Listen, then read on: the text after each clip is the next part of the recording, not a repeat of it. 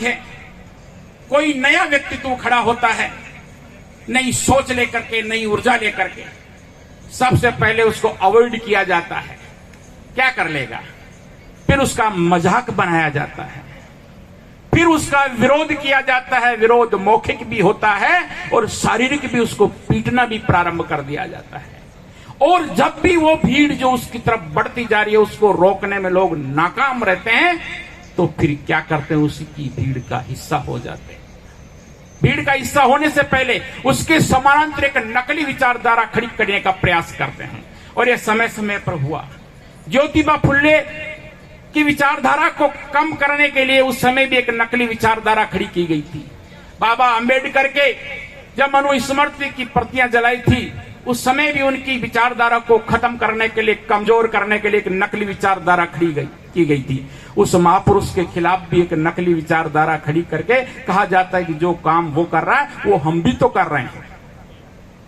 फिर भी वो मुहिम नहीं रुकती है, तो अंततः वो जो विरोधी लोग थे वो उसके साथ, उस महामानव के साथ, उस महापुरुष के साथ हो जाते हैं। और अंत में जब महापुरुष के, उस महामानव के 100 वर्ष पूरे हो जाते हैं, तो फिर भगवान बना के उसकी मूर्तियां लगाई जाती है चौराहे चौराहे पे, ताकि कोई आम व्यक्ति वैसा महापुरुष बनने की तरफ कदम नहीं उठाए और ये कह दें कि वो तो साक्षात भगवान थे, अवतारी पुरुष थे, इसलिए उन्होंने इतना बड़ा काम कर लिया, हम नहीं कर सकते।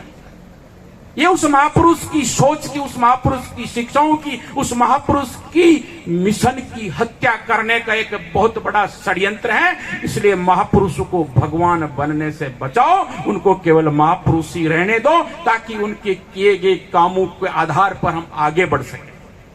विज्ञान में आविष्कार ऐसे ही नहीं हुआ, हवाई जहाज आकाश में ऐसे ही नहीं उड़ रहा। अगर शुरू में ही उसको टोना टोट किया और कोई अवतारवाद में थोप देते तो शायद वो चीज आगे नहीं बढ़ती।